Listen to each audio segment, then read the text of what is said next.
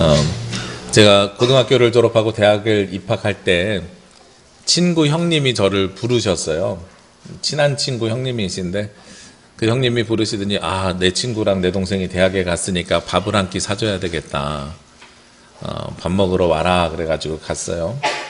갔더니 대학을 어디로 갔냐 그래서 한신대학교 신학과에 입학했습니다. 그랬더니 그 형님이 하시는 말씀이 그럼 너도 나중에 저기 있는 상가에 있는 교회들처럼 교회 하나 차려가지고 이렇게 운영할 거냐 이렇게 이야기하시는 거예요.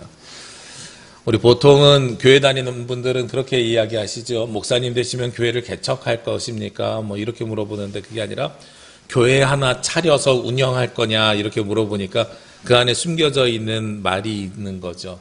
교회를 안 다니는 분인 거예요.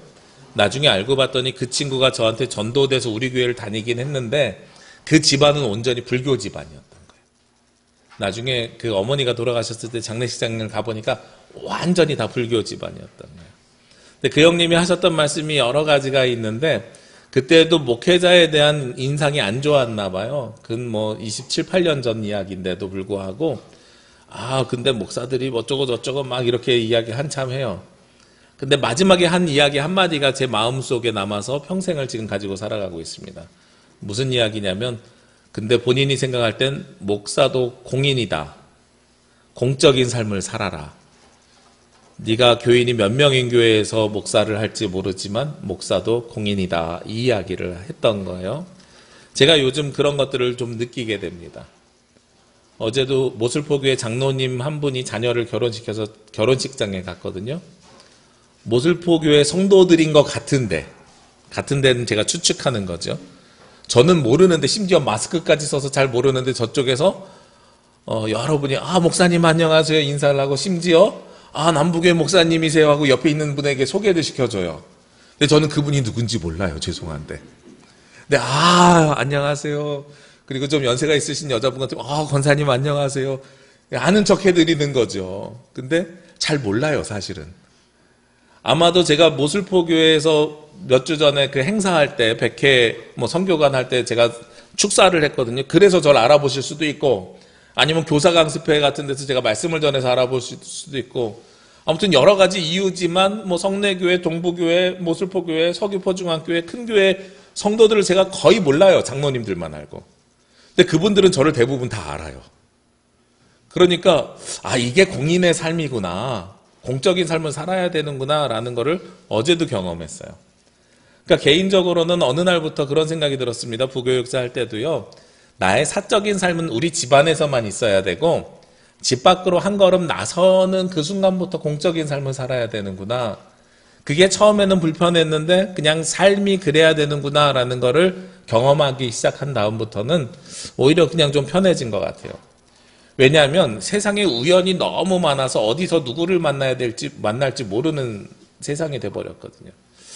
한 1년 전인가요? 작년 1월 달에 토요일 저녁에 갑자기 뭐를 구매해야 될 일이 생겨서 우리 2층에 커피도 떨어졌고 뭐도 떨어졌고 여러 가지들이 있어서 토요일 날 밤에 갑자기 생각이 난 거예요. 그래서 이마트를 갔어요. 근데 계산을 하는데 제 바로 앞에서 계산하시는 분이 대구에서 목회하신 저랑 친한 목사님이 가족들과 함께 거기서 계산을 하고 계시는 거예요. 토요일 날 밤에 친한 목사님이 제 바로 앞에서 계산하고 계실 줄은 전혀 생각을 하지 못했거든요. 그런 우연이 없잖아요. 목사님 여기 웬일이세요? 그것도 토요일 날 밤에요. 저 이번 주부터 안식년이라 제주에 쉬러 왔어요. 그러면서 오늘 제주에 도착해갖고 지금 막 마지막 비행기로 와서 식구들이랑 먹을 거 막 준비하고 내일 예배 어디서 드려야 될지 검색하고 있었는데 목사님 만났네요. 이러는 거예요. 그래서 남부교회 가도 돼요. 그러시길래 그때 전면 온라인 하고 있을 때는 온라인 중인데요. 이렇게 말씀드렸던 기억이 납니다.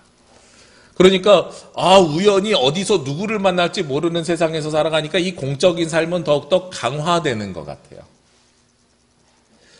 우리가 세상에서 그리스도인으로 살아간다는 것은 바로 그런 삶입니다. 누군가에게 보여주기 위해서 살아가는 삶은 아니지만 누군가가 보고 있다는 것을 의식하면서 살아가는 삶이에요. 그래서 제가 여러분들에게 늘 말씀드리지만 그리스도인으로서의 삶이 시작점이 뭐냐면 내가 그리스도인임을 의식하는 삶이 그 삶의 시작점이라고 말씀드렸어요. 세상 사람들의 눈치를 보라는 말씀이 아니고요. 나는 그리스도인이구나 하는 것을 의식하면서 살아가는 것이 그 삶의 시작점입니다. 그러면서요, 또 하나 제가 요즘 경험하는 것들이 있는데요. 어제 봉투를 이렇게 쓰는데 결혼식 하면 축의금을 줘야 되잖아요. 그래서 축의금 봉투에 그 이름을 쓰는데 올해부터는 노회장이니까 봉투가 하나 더 나가야 되는 거예요. 제주 노회장 이성진 목사, 제주 남부교회 이성진 목사. 제가 제 이름으로 봉투를 드리는데 그 앞에 직함을 붙이잖아요. 그러면서 어디서 관심 갖는 개념이 돼요? 노회장 하면 노회에서 관심을 갖는 개념이 되고, 남부교회 이성진 목사 하면 교회에서 관심을 갖는 개념이 되는 거예요. 그러면서 요즘 제가 담임 목회를 하면서 뭐를 경험하게 되냐면, 아, 내가 우리 교회 대표자구나 라는 거를 인식하게 됩니다. 우리 장례가 나면, 요즘은 결혼식에는 화환을 잘 안 보내지만 장례가 나면 조화를 보내는데, 조화를 보내도 리본에다가 담임 목사 이름을 쓰는 거죠. 그러니까 아, 그렇구나. 내 이름이 교회 이름과 같이 쓰여지면 사람들이 나를 보면서 이제는 누구를 보는 거예요? 교회를 보는 거예요. 그래서 제가 더 조심스러워지는 거예요. 제가 어디 가서 저 남부교회 목사입니다 라고 이야기하는 순간에 사람들이 저를 보면서 우리 교회가 어떻구나 라는 것을 구별하고 판단하기 시작할 거란 말이죠. 그러니까 그 부분들이 더욱더 조심스러워지는 겁니다. 한 사람의 대표자가 그 모든 단체의 속성이나 성향을 판단할 수 있는 근거가 되기 때문에 더 조심스러워지는 거죠. 오늘 성경에도 보면 신앙적으로 우리의 대표자가 있습니다. 오늘 22절 말씀에 보면은요, 아담 안에서 모든 사람이 죽은 것 같이 그리스도 안에서 모든 사람이 새 삶을 얻으리라 하고 말씀하고 있어요. 두 사람의 대표자가 나옵니다. 첫 번째는 아담이 나오고 두 번째는 예수 그리스도가 나옵니다. 아담은 무엇의 대표자냐면 죽음의 대표자로 나오는 거예요. 아담이 무슨 죄를 저질렀어요? 에덴 동산에서 선악과 먹었잖아요. 선악과 먹어가지고 죄를 저지른 거예요. 우리 어린이들이 이제 성경 동화를 통해서 보다 보니까 가끔 착각해요. 에덴 동산에서 아담이 뭐 먹었어요? 그럼 사과요, 이렇게 이야기하는 아이들이 있어요. 선악과가 사과인지 아닌지 우리는 알 수 없어요. 하나님이 세상을 창조하시던 그 시절에 우리가 스마트폰이 있어서 사진을 찍었겠어요? 동영상을 찍었겠어요? 알 수 없어요. 그런데 우리가 선악과를 사과라고 상상하는 건 후대의 화가들이 그림을 그리면서 아, 사과처럼 맛있는 과일을 먹었을 거야 하면서 선악과 자리에 사과를 그려 넣었기 때문에 그런 거예요. 선악과, 사과, 그거 자체를 먹은 게 문제였겠어요? 아니죠. 먹은 것을 문제 삼는 게 아니라요. 하나님이 모든 걸 창조하는데 그거 한번 다시 창조 못 하시겠어요? 먹은 것 자체가 문제가 아니라 하나님께서 먹지 말라고 명령한 그 명령을 어긴 것이 문제인 거죠. 하나님이 모든 것 다 어떻게 해도 괜찮은데 저거 하나만 건드리지 마 그랬는데 꼭 그걸 건드린 것이 아담의 죄가 된 거예요. 그래서 그 아담의 죄로 말미암아서 우리 모두가 어떻게 됐어요? 원죄 죄를 가지고 태어난 거죠. 어젯밤에요, 저희 가족들이 갑자기 야식을 먹자 그래가지고 평상시엔 안 먹던 야식을 어젯밤에 먹었거든요. 근데 둘째 아이가 이미 잠들어 있는 상태에서 야식을 먹었어요. 그러니까 큰아이랑 셋이서 먹는데 큰아이가 회오리 감자? 뭐 이걸 하나를 이렇게 먹고 있는 거예요. 근데 아내가 그런 얘기를 해요. 동생이 좋아하니까 반만 먹고 남겨. 그러니까 큰아이가 먹는 거에는 저랑 다르게 욕심이 없는지 알겠다고 그렇게 남기려고 하는 거예요. 그래서 제가 뭐라 그랬냐면, 야, 아빠는 어렸을 때 작은 아빠 자고 있으면 다 먹고 없는 척 했어. 너 이거 다 먹고 없는 척 해도 괜찮아. 오늘 에덴 동산으로 얘기하면 제가 무슨 역할을 한 거예요? 뱀의 역할을 한 거죠. 근데 큰아이가 남겼어요. 그리고 다 치우고 났는데 둘째 아이가 방에서 나오면서 눈물을 뚝뚝 흘리는 거예요. 자다가 깨서 들은 거예요. 자다가 깨갖고 들어가지고 눈물을 뚝뚝 흘리면서 나와가지고 그래서 어쩔 줄 몰라서 미안하다고 안아주고 남은 거 먹으려고 했더니 그 밤에 그걸 먹고 있어요. 얼마나 미안하든지요. 다 먹으라고 했던 제 모습이. 그러면서 그 생각이 드는 거예요. 이 에덴 동산이 똑같은 거예요. 꼬시는 사람이 있고 먹지 말라는 사람이 있는데, 그랬는데 그 말씀을 들었을 때에는 아이가 눈물을 뚝뚝 흘려면서 나왔지만 그걸 다 먹고 나서 마음이 해소가 됐나 봐요. 웃으면서 저한테 와서 다시 안겨요. 그런데 만약에 진짜로 없었으면 아빠가 내일 새 거 사줄게, 넌 2배로 사줄게 이러도 그 상한 심령이 치유가 되겠어요? 치유 안 되는 거예요. 그러면 평생 아이의 마음속에는 엄마, 아빠, 형아는 자기 잘 때 몰래 뭐 먹는 사람들이 돼 있는 거죠. 아, 그렇구나. 내가 원죄를 또 지을 뻔했구나. 먹는 거에 속상하면 되게 오래 가잖아요. 하나님께서 이 선악과를 먹지 말라는 의미가 저는 그런 의미인 것 같아요. 우리 인간의 욕심과 욕망에 대해서 테스트하시는 거예요. 네 욕심과 욕망대로 살래? 아니면 하나님의 말씀대로 살래? 거기서 아담은 내 욕심과 욕망대로 살았고, 그것이 원죄로 아담이 대표로 지은 죄 때문에 우리가 태어나는 모든 사람들이 욕심과 욕망을 가지고 태어났어요. 그래서 지금 벌어지는 모든 싸움이 어떤 싸움들이에요? 모두가 같이 먹고 같이 살면 괜찮은 건데, 그런데 하나를 가지고 둘이서 나눠 먹으면 아무 문제도 없는데 나중에라도 치유되고 회복되는데, 하나 있는 거 한 사람이 욕심 부려갖고 다 먹어버리면 나머지 한 사람 거를 뺏어 먹는 결과를 갖게 되는 거잖아요. 내가 원하지 않더라도 죄를 지을 수밖에 없는 구조가 되는 거예요. 그런 것들이 원죄의 시작점들이에요. 아담의 죄로 그 모든 것들이 시작이 됐습니다. 그러면 오늘 22절과 23절에서 누구로 말미암아서 반대의 일이 일어납니까? 22절 하반절에 보면 그리스도 안에서 모든 사람이 삶을 얻으리라. 아담으로 인해서는 죄를 얻고 죽음에 이르게 되면 그리스도로 인해서는 삶을 얻게 됩니다. 그리고 23절에 그러나 각각 자기 차례대로 되리니 먼저는 첫 열매인 그리스도요, 다음에는 그가 강림하실 때 그리스도에게 속한 자요. 예수 그리스도가 대표자가 돼가지고요, 예수 그리스도가 다시 살아나신 다음에 그 첫 열매가 누가 되셨어요? 예수 그리스도요. 그리고 나서 그 다음엔 누구요? 예수 그리스도에게 속한 자요. 예수님이 대표자가 되셔서 예수님이 먼저 부활의 첫 열매가 되신 다음에 우리도 따라서 그 첫 열매에 따라서 부활의 소망을 갖게 된다라고 말씀하고 있는 거죠. 그러니까 대표자를 따라가는 것이 우리들의 삶의 모습이고, 대표자가 가지고 있는 이 상징성이 상징으로 끝나는 것이 아니라 우리의 영적인 삶으로 연결되고 있다 하고 오늘 말씀하고 있는 겁니다. 이게 굉장히 중요한 이야기죠. 근데 예수님도 처음부터 이것을 그냥 담담하게 받아들이셨을까요? 우리 기독교 신앙에서 가끔 착각하는 것이 있어요. 뭐냐면 부활절을 맞이할 때 항상 그리스도의 죽음에, 십자가에 이렇게 초점이 맞춰져 있어요. 근데 우리에게 정말 중요한 건 죽음이 아니라 그 죽음 이후에 부활 신앙이거든요. 근데 예수님도요, 그것을 마주하는 것이 쉽지 않았던 삶이에요. 여러분 성경 보시면 기억하시겠지만 예수님이 십자가에 달려 죽기 전에 엄청난 고민과 고뇌에 빠져 있으셨습니다. 내가 이것을 과연 감당할 수 있을까? 이 일들을 내가 해낼 수 있을까? 제자들을 데리고 겟세마네 동산에 올라가셨습니다. 나를 위해서 기도해달라고 부탁하시고 혼자 올라가서 기도하셨습니다.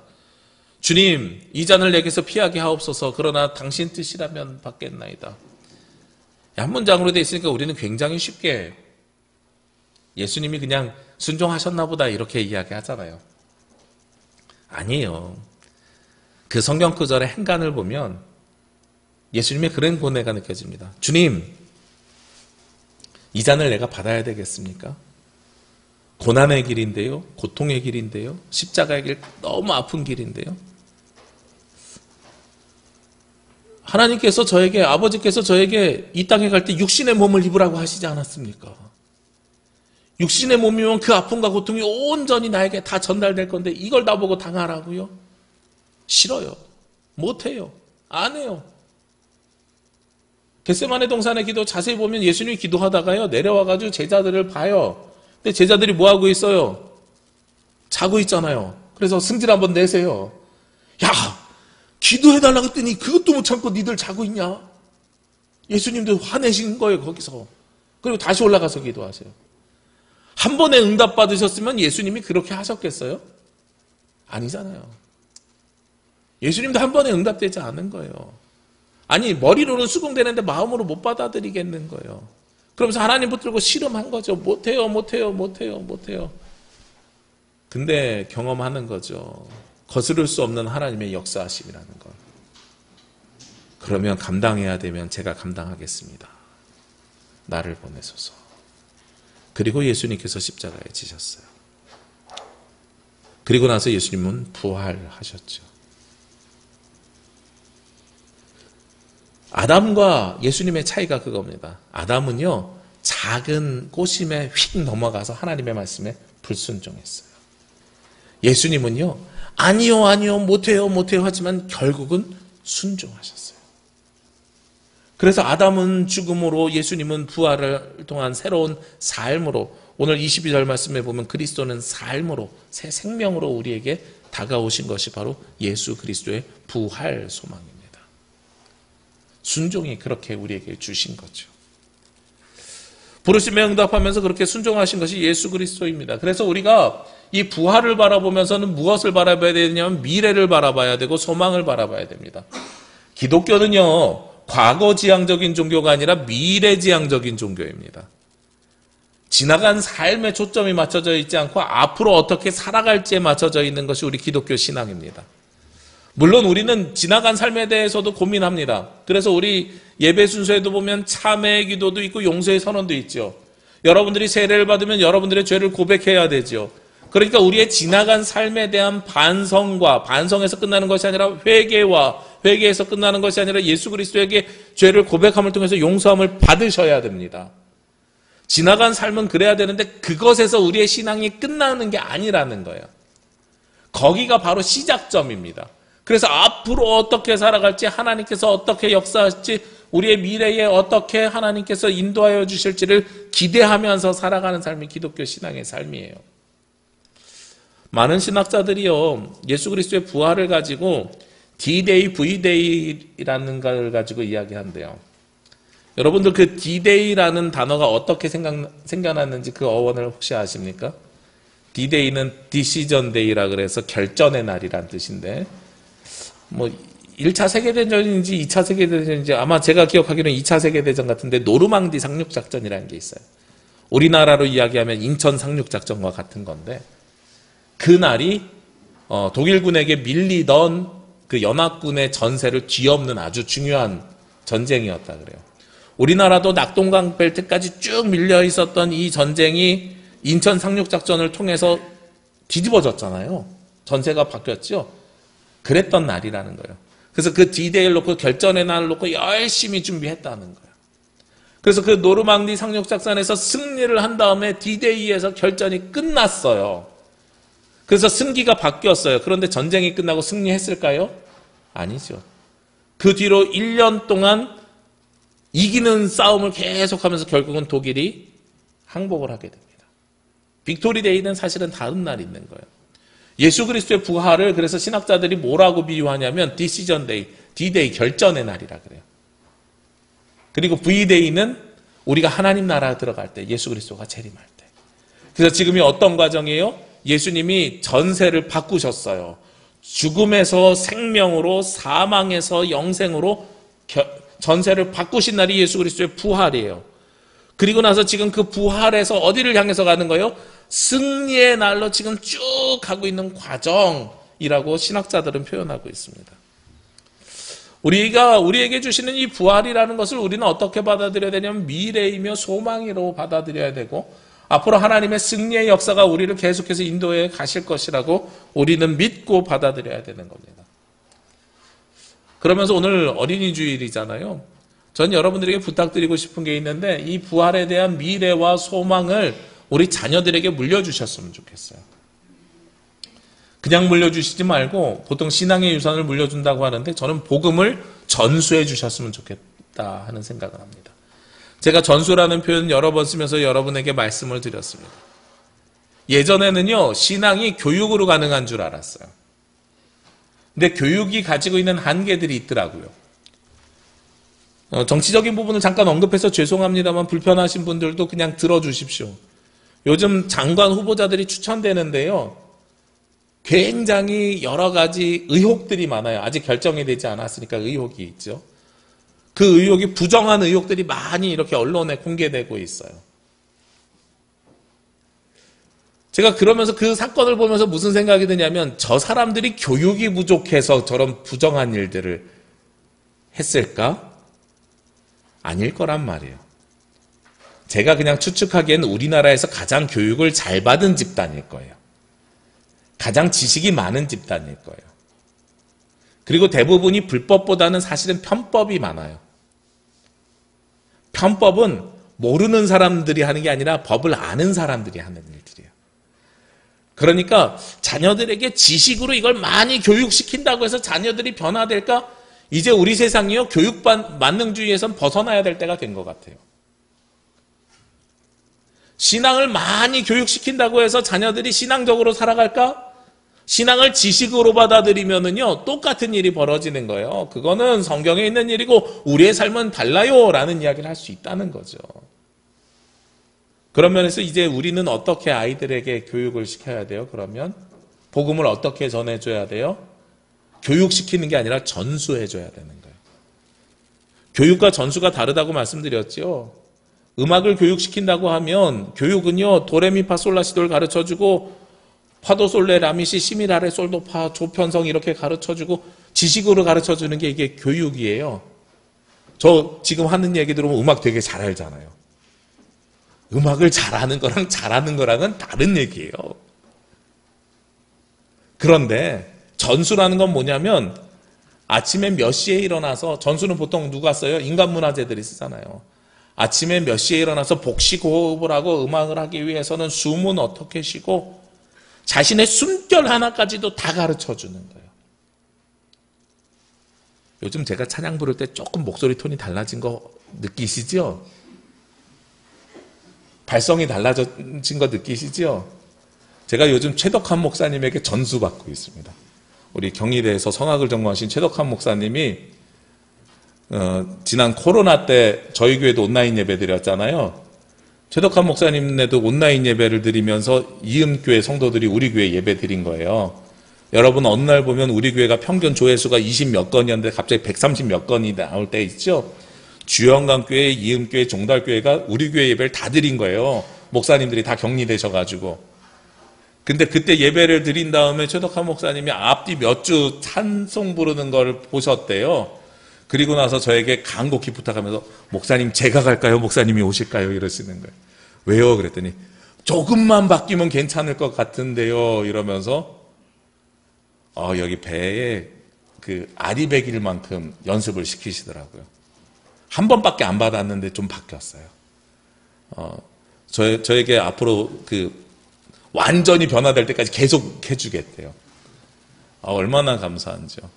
그러면서 제일 먼저 이야기하는 게, 처음에는 제가 음을 못 잡는 줄 알고 음을 이야기하다가 그 다음에는 키가 안 맞는 줄 알고 키를 그럼 내려서 할까 그러더니 키를 바꿔주더니 한참 하다가 나중에는 목사님 호흡이네요.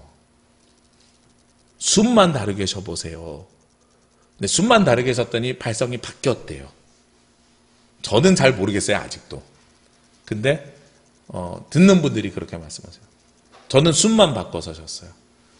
전수라는 게요, 교육시키는 게 아니더라고요. 호흡 하나까지도 나눠주는 거예요. 자녀들이 부활 소망을 가질 수 있게 하려면 여러분들이 호흡까지도, 자녀들에게 신앙의 호흡까지도 나눠주셔야 돼요. 예수님께서는요, 대표자가 되셨잖아요. 대표자가 되셔서 부활을 가지고 오셨잖아요. 부활을 가지고 오시면서 언제까지 우리에게 미래를 주실 것이라고 약속하셨냐면, 오늘 말씀 25절과 26절에 보면 그가 모든 원수를 그 발 아래 둘 때까지 반드시 왕노릇 하시리니, 예수님께서 가장 낮은 자에서 가장 높은 곳으로 가셔서 왕이 되신대요.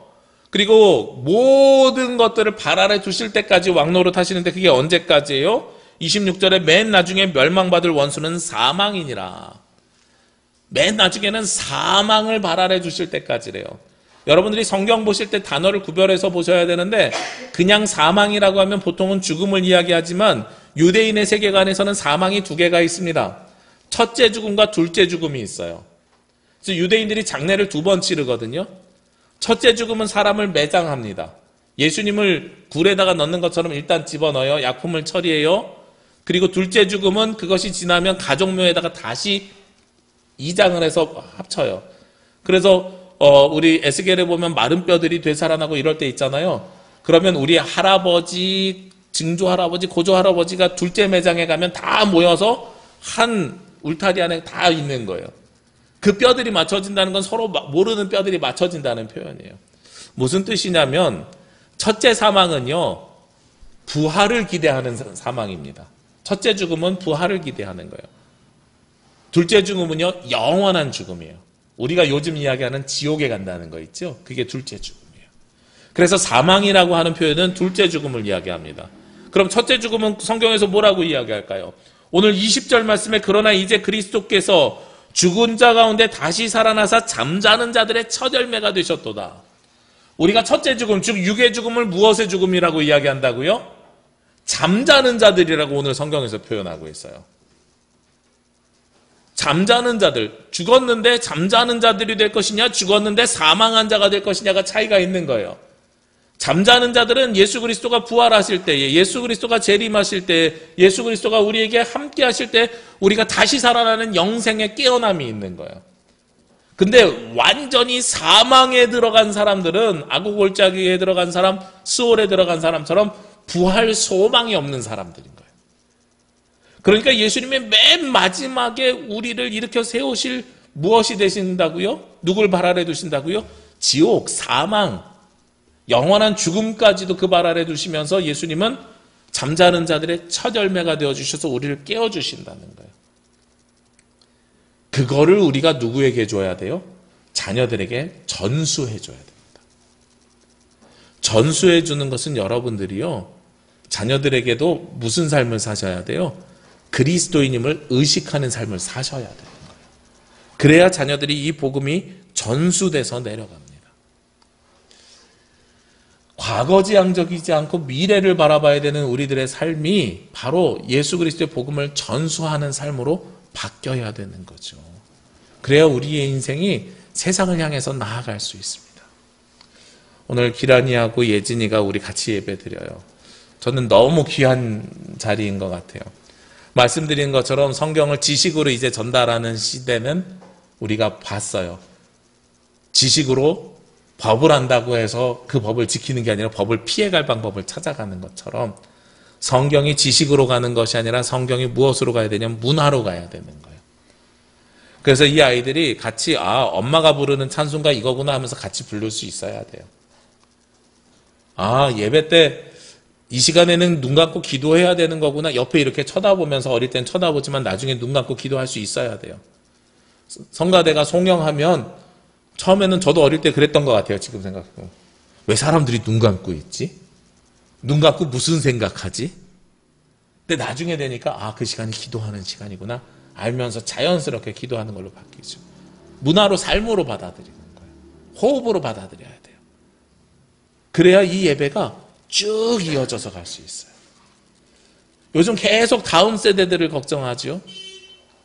예수 그리스도의 부활이 있기 때문에, 그리고 그 부활은 모든 것들을 그 발 아래 두시려고 하시기 때문에 저는 예수 그리스도가 반드시 우리 이 땅에 남은 자를 남겨두실 것을 믿습니다. 구약 성경에 보면 이스라엘이 포로기에 잡혀도요, 그리고 그 어떠한 외세가 침략해도 하나님께서는 반드시 남은 자를 두십니다. 그래서 그 남은 자를 통해서 신앙을 이어가십니다. 근데 그 남은 자들은 어디서 나오느냐? 믿음의 가정에서 나오더라. 믿음을 유산으로 물려받은 사람들 가운데서 나오더라고요. 처음에는 방황할지라도 그들이 다시 돌아와서 남은 자들이 되더라고요. 그래서 복음을 전수해주고 나눠줘야 됩니다. 그러면서요, 우리 소망을 가지고 있는 사람들이 하나를 더 기억해야 되는 것이 있습니다. 오늘 본문 말씀 27절 말씀에 보면 만물을 그의 발 아래 두셨다 하셨으니 만물을 그 아래 둔다 말씀하실 때 만물을 그의 아래에 두시리가 그 중에 들지 아니한 것이 분명하도다. 28절에도 만물을 그에게 복종하게 하실 때에는 아들 자신도 하면서 만물을 자기에게 복종하게 하신, 반복되는 단어가 있죠. 이 반복되는 단어가 나오면 이게 제일 중요하다 그랬잖아요. 만물을 그 발 아래 두시고 만물을 복종하게 하신다 하는 말씀이 계속해서 반복되고 있습니다. 예수님께서 부활 소망을 가지고 우리에게, 다음 세대에게 그 미래에 대한 소망을 전수해 주라고, 복음을 전수해 주라고, 물려주라고 이야기하시면서 무슨 이야기를 하시냐면 만물을 주님의 발 아래 두셨대요.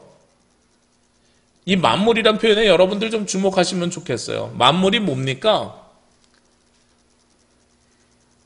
예수님께서 부활에 대한 소망, 미래를 사람에게만 두셨다면 모든 사람을 그 발 아래 두시고 모든 사람에게 말씀하시고 모든 사람에게 이렇게 표현하셨을 건데, 만물을 그 발 아래 두시고 만물을 그 복종하게 하시고 만물이란 표현을 쓰셨어요. 그럼 이 범위는 어디를 벗어난 거예요? 사람을 벗어나서요, 하나님이 창조하신 모든 피조물들에게 향하는 겁니다. 예수 그리스도의 부활의 소망, 부활의 미래는요, 우리 인간들에게만 국한된 것이 아니라 하나님께서 창조하신 모든 피조물, 모든 피조세계로 확장되는 겁니다. 그래서 앞으로 저는 미래를 향해서 가는 교회는요, 다음 세대들을 잘 세우는 데서만 머물러 있는 것이 아니라요, 우리 다음 세대들에게 물려줄 하나님께서 창조하신 모든 피조물들을 아끼고 사랑하는 일에까지도 확장돼야 되는 거예요. 요즘으로 이야기하면 이게 무슨 선교예요? 생태선교, 환경선교. 우리의 미래적 선교 지향점이 사람을 한 명 더 데리고 오는 데서 머물러 있는 것이 아니라 하나님께서 만들어주신 세상을 아끼고 사랑하는 것까지도 확장되어져 가야 됩니다. 우리 아이들에게 좋은 것 주시겠습니까? 나쁜 것 주시겠습니까? 좋은 것 주고 싶은 게 부모의 마음이잖아요. 하나님께서 주신 것을 그대로 주시겠습니까? 우리 마음대로 바꿔서 주시겠습니까? 하나님께서 주신 것 그대로 주셔야 되죠. 그러기 위해서 우리가 노력하고 우리가 준비해야 되는 거예요. 하나님께서 예수 그리스도를 통해서 예수 그리스도의 부활을 통해서 만물을 그 발 아래 두신다고 하고 만물을 그에게 복종하게 하신다고 하는 것은 우리가 이 땅을 정복해서 너네들 마음대로 써라라는 이야기가 아니라 여기에서 주신 이 모든 것들을 아끼고 사랑하면서 다음 세대에게 잘 물려주어야 된다라고 이야기하는 겁니다. 어찌됐든요, 우리가 복음을 전하고 선교를 하려면 사람들이 예수님을 알아야 되고 예수님을 알기 위해서 이 자리에 많이 들어오셔야 돼요. 그런데 이 교회 문지방을 넘는 게 얼마나 힘든 일이겠어요. 교회 문지방을 넘을 수 있도록 우리가 세상 사람들과 함께 호흡하면서 살아야 됩니다. 이제 교회는 우리 안에 우리끼리의 교회가 아니라 세상을 향해서 열려져 있는 교회여야 됩니다. 여러분들이 매주 예배를 마치면서 무슨 기도를 받으세요? 복의 기도, 축복 기도 받으시잖아요. 목사님이 축도하는 성부, 성자, 성령의 이름으로 기도하는 이 기도가 그냥 여러분들에게 복 주겠다고 하는 기도가 아니에요. 여러분들이 기도를 받고 어디를 가요? 교회 문 밖을 나서거든요. 이 기도를 받고 문 밖을 나선다는 데 의미를 삼으셔야 돼요. 여러분들이 복을 받아서 그 복을 가지고 어디로 나가는 거예요? 세상으로 나가는 거예요. 만물로 나가는 거예요. 여러분들이 그 만물에 예수 그리스도가 모든 피조물들을 그 발 아래 두는 도구로 여러분들을 사용하시는 겁니다. 그래서 우리는 부활 소망이 있는 축복의 통로가 되는 겁니다. 우리 자녀들이 그 축복의 통로는 세상과 향하는 통로가 아니라 다음 세대를 이어가는 통로로 삼아야 되는 겁니다. 자녀들은 세대를 잇는 통로로, 여러분들 스스로는 세상과 있는 통로로 쓰임 받으셔야 되는 겁니다.